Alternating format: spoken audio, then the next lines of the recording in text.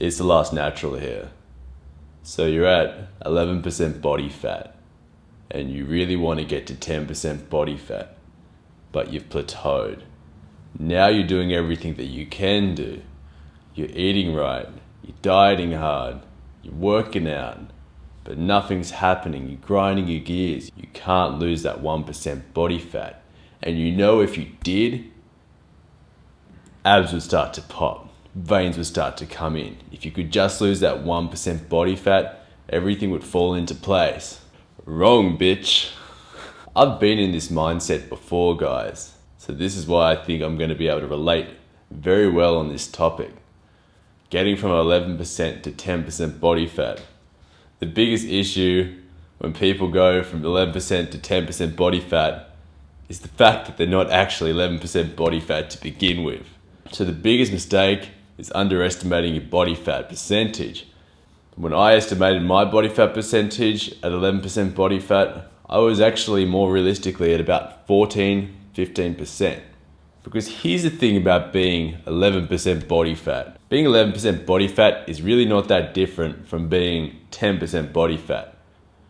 At 11% body fat, you're essentially going to look like you would at 10% body fat, just a little bit more fluffy.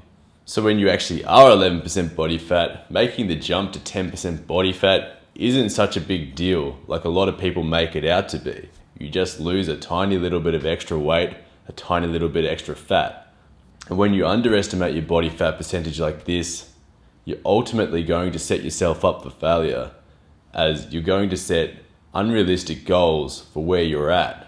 And another reason why underestimating body fat percentage is so bad is because you're going to start losing weight, but you're not going to see the results. You're going to lose a few pounds, but visually you're not going to get that progress. You're not going to see the abs come in. You're not going to see the veins come in.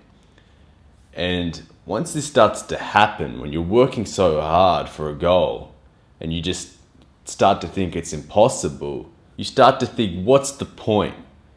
And you start to slack off on your diet a bit and you go back to being 15% body fat, back to where you started.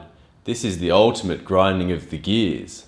And guys, it doesn't matter what people tell you about fat loss plateauing and those sort of concepts, because it's all pretty much bullshit. No one is exempt from the golden rule, calories in versus calories out.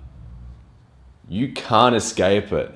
I can't even escape it, guys, and I'm the fucking last natural. So if you're at this stage where you're truly at 11% body fat and you want to get to 10% body fat, all you have to do is eat in a calorie deficit until you get there. Because if you're eating in a calorie deficit, you're going to get there. Nothing can stop you. So the take-home message is, if you're at 14-15% body fat, just stick in there. It's going to take you a little bit longer, but just stick with it, and eventually you'll get to 10% body fat. Anyway guys, I hope this clears this up for a lot of people. And if you are at around 14%, 50% body fat, just stick with it, because you'll get there. Just maintain that calorie deficit, and it will be physiologically impossible for you to not get to 10% body fat eventually.